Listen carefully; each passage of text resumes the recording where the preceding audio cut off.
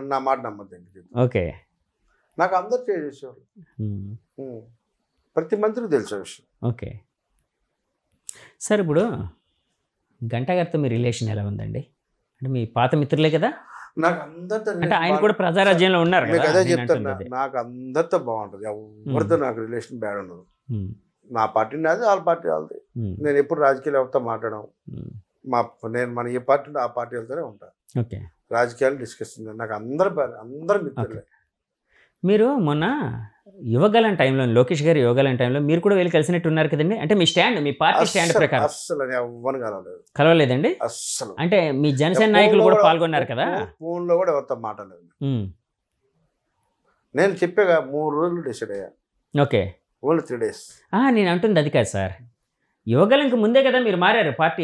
యువగలం తర్వాత కదా? మొన్న ఓకే ఓకే, యువగలం తర్వాత మారాను. ఓకే. నేను ఎవరిని టీడీపీలో ఎవరిని కలవలేదు. మారిన తర్వాత ఒకసారి గంటా గారి దగ్గరికి వెళ్ళి కనిపించచ్చు అంతే. ఏమన్నారు సార్ గంటా గారు? ఏం మాట్లాడలేదు. అంత స్పీడ్గా మాట్లాడేవాళ్ళు. డిసైడ్ అయ్యారు. మంచి నిర్ణయం అన్నారా లేకపోతే తప్పు చేశారన్నారా? ఏమన్నారు? 100% మంచి నిర్ణయం. రాష్ట్ర నలుమూల నుంచి పోవచ్చు. అద్భుతమైన నిర్ణయం. నీ జీవితం ఎక్కడ పాడైపోద్ది అనుకో, నువ్వు ఒక మంచి నిర్ణయం తీసుకున్నావు అన్నవాళ్ళు తప్ప ఒక్కరు కూడా వ్యతిరేకించలేదు. సార్ ఇంతకుముందు మీరు పవన్ కళ్యాణ్ గారితో ప్రజారాజ్యం టైంలో యువరాజ్యంలో పనిచేశారు, తర్వాత ఇప్పుడు జనసేనలో పనిచేస్తూ ఉన్నారు. పవన్ కళ్యాణ్ గారిని డిస్క్రైబ్ చేయాల్సి వస్తే అప్పటికి ఇప్పటికీ ఆయనలో ఉండే చేంజెస్ని డిస్క్రైబ్ చేయాల్సి వస్తే ఏ విధంగా డిస్క్రైబ్ చేస్తారు మీరు? పొలిటికల్గా కొంచెం మెచ్యూర్డ్గా ఆటోమేటిక్గా ఎక్స్పీరియన్స్ చూపిస్తారు కదండి. పరిణితి చెందిన నాయకుడిగా రోజు రోజుకి ఇప్పుడు మా ఎక్స్పీరియన్స్ ఫస్ట్లో ఒక రంగం ఉంటుంది, ఇప్పుడు ఒక రంగం ఉంటుంది, నెక్స్ట్ ఇయర్ ఇంకో రంగం ఉంటుంది. కొంచెం డే బై డే కొంత నేర్చుకుంటూ ఉంటాం కదా. సో ఖచ్చితంగా వ్యక్తిత్వం అయితే మారదు, కానీ పొలిటికల్గా యాక్టివిటీస్లో కొన్ని చేంజెస్ వస్తాయి. ఇప్పుడు చాలా పొలిటికల్ ఒక సిస్టమేటిక్గా వెళ్తూ ఉన్నారు. సో పవన్ కళ్యాణ్ గారిలో ఒక పొలిటికల్ మెచ్యూరిటీ వచ్చిందని భావిస్తున్నారు. 100%. సో మెచ్యూరిటీలో భాగమే టీడీపీతో కలవడం అంటారా? అది ఏదైనా అనుకోవచ్చు మీరు. తనకి ఆయన ఏం చేస్తున్నా ఆయన తెలిసింది కదా. డెఫినెట్గా అంతే కదండి. ప్రపంచ స్థాయిలో క్రేజ్ ఉన్నటువంటి వ్యక్తి ఆయన చేసే నిర్ణయం ఆయనకి మంచిగా చూడండి ఆయన తెలియదు. సో మనం ఎందుకు చెప్పాలి ఆయన సలహా? సో ఆయన ఏ నిర్ణయం తీసుకుంటే ఆ నిర్ణయానికి కట్టుబడి ఉండడం కరెక్ట్. సార్ ఇప్పుడు మీరు వైజాగ్ అర్బన్ ప్రెసిడెంట్ కాబట్టి అడుగుతున్నానండి. మన వైజాగ్ పార్లమెంటరీ పార్టీ అంటే టీడీపీ అభ్యర్థి నిలవబోతున్నారా, జనసేన అభ్యర్థి నిలవబోతున్నారా? ఏమో ఇంకా నిర్ణయం కంప్లీట్ అవ్వలేదు కదండి. ఎందుకు అడిగానంటే కేఏ పాల్ గారు ఇక్కడ ఎంపీ అవుతానంటున్నారు, దాని మీద మీ కామెంట్ ఏంటండి? కేఏ ఎవరైనా అవ్వచ్చండి, ఇక్కడ ఏముంది. కేఏ పాల్ అవ్వచ్చు, లేకపోతే ఇంకొక పాల్ అవ్వచ్చు, ఎవరైనా అవ్వచ్చు, దానికే ఉంది. అంటే కేఏ పాల్ గారిని ఒక రాజకీయ నాయకుడిగా అంటే మీరైతే చూస్తూ ఉంటారా? నేను బాగా మూడు బాగాలేనప్పుడు కేఏ పాల్ గారి యొక్క వీడియోలు చూసి నవ్వుకుంటాను. దేనికి అంటే ఏంటి సార్ ఆయన మాటలు బాగుంటే హ్యాపీగా ఎంజాయ్ చేస్తాను. కానీ ఒకప్పుడు ప్రపంచాన్ని ఆయన కింగే కదా సార్. కింగ్ ఇప్పుడు కాదంటారా? ఇప్పుడు పాపం ఆయనకున్న శక్తులు పోయాయి, ఏం జరిగిందో. కానీ ఇప్పుడు బాగా జోకులు బాగుంటాయి, నవ్వుకోవడానికి హ్యాపీగా ఉంటున్నాం. అలాగే జేడి లక్ష్మీనారాయణ గారు ఆయన కూడా ఇక్కడ వైజాగ్లో చేస్తానంటున్నారు కదా. అంటే వేరే పార్టీ కూడా పెట్టుకున్నారు ఆయన. సో ఆయన పార్టీ మీద లేకపోతే ఆయన పోటీ చేసే చెప్పండి సార్. తప్పకుండా. ఏముండదు, జీరో అయిపోయింది. మన ఎలక్షన్లో ఆయన కంటెస్ట్ చేసిన తర్వాత ఆయన అలాగే అదే పార్టీలో కొనసాగి ఉంటే, జనసేనలో కొనసాగి ఉంటే విశాఖపట్నం ఎంపీ ఆయనే. ఓకే. ఇవాళ ఆయన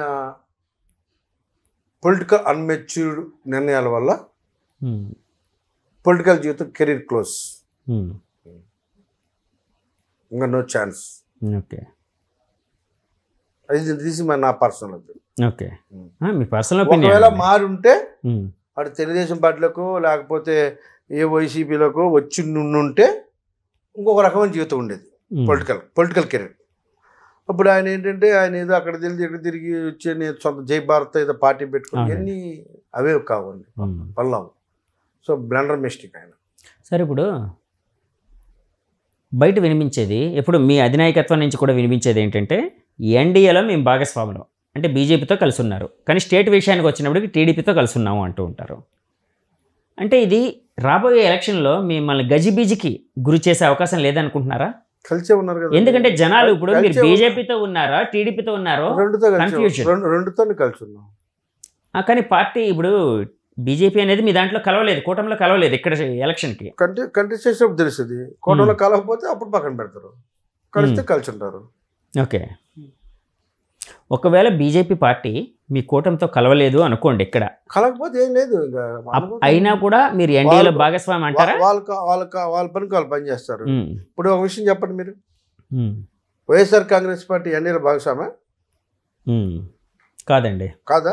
సపోర్ట్ చేయట్లేదా? సపోర్ట్ చేస్తున్నారు ఇంటర్నల్గా, కానీ నేను అంటలేదు. అంటే దాన్ని ఏమంటారు? ఓకే, దాన్ని ఏమంటారు? ముస్లిం మైనార్టీస్ క్రైస్తవ ఓటు బ్యాంక్ కోసం వాళ్ళతో పోటీ చేయట్లేదు తప్ప రెండు ఒకటే. ఎన్డీఏలో కలవట్లేదు, బీజేపీతో కలవట్లేదు, రెండు ఒకటే. చిన్నపిల్లడు చెప్తాడు వైసీపీ బీజేపీ ఒకటే అని.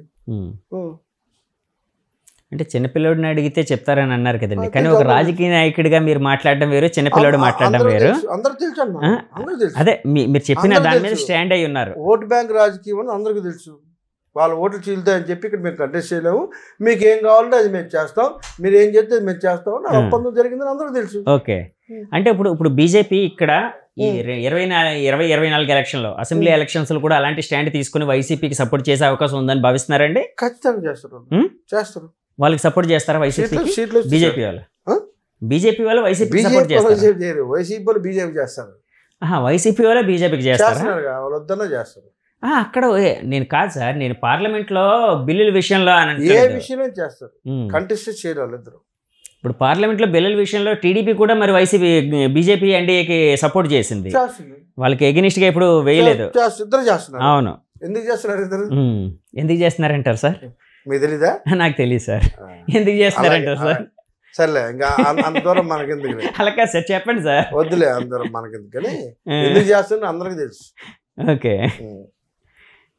సో ఫైనల్గా ఉత్తరాంధ్రలోని మీ జనసేన పార్టీ ప్రభావం ఎలా ఉండబోతుంది? ఉత్తరాంధ్రలో జనసేన వచ్చే రోజుల్లో నెంబర్ 1 ప్లేస్లో ఉంటుంది.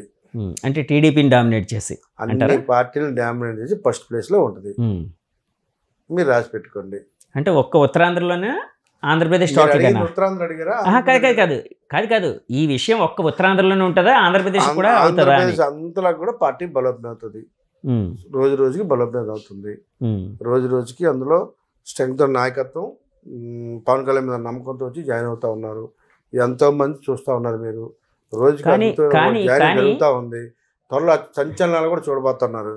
సంచలనాలు అంటే పవన్ గారు పిఎం అనే, పవన్ గారు సీఎం అనే జాయినింగ్స్. అవునా? సంచలనాలు కూడా ఎందుకంటే బయట పవన్ గారి మీద సంచలనాలు కూడా చూడబోతున్నారు.